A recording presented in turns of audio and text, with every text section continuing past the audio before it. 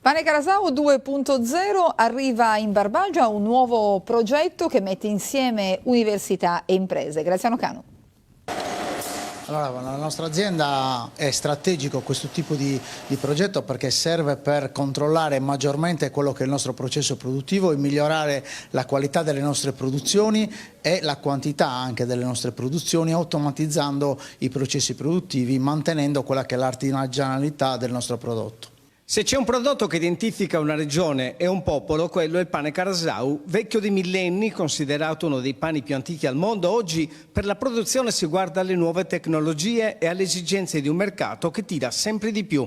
Va in questa direzione la scommessa che mette insieme aziende e Università di Cagliari. Noi ci occupiamo di automazione e mettiamo sia in pratica tutti i risvolti che scaturiscono dallo sviluppo del progetto teorico di ricerca. È un progetto sfidante perché presuppone il mantenimento degli aspetti artigianali del prodotto pane Carasau. Prodotto che negli ultimi anni è andato incontro alle esigenze e alle richieste dei consumatori. Così oggi, oltre a quello per celiaci, variazioni al rosmarino, cipolla, olive, peperoncino e altro. Ora ecco il progetto finanziato dal Ministero dello Sviluppo Economico con 5 milioni di euro, coordinato dall'Università di Cagliari. L'obiettivo del progetto IAPC è quello di ingegnerizzare il processo di produzione del pane Carasau per migliorare la qualità del prodotto, migliorare la produzione senza la necessità di trasformare il processo in un processo industriale.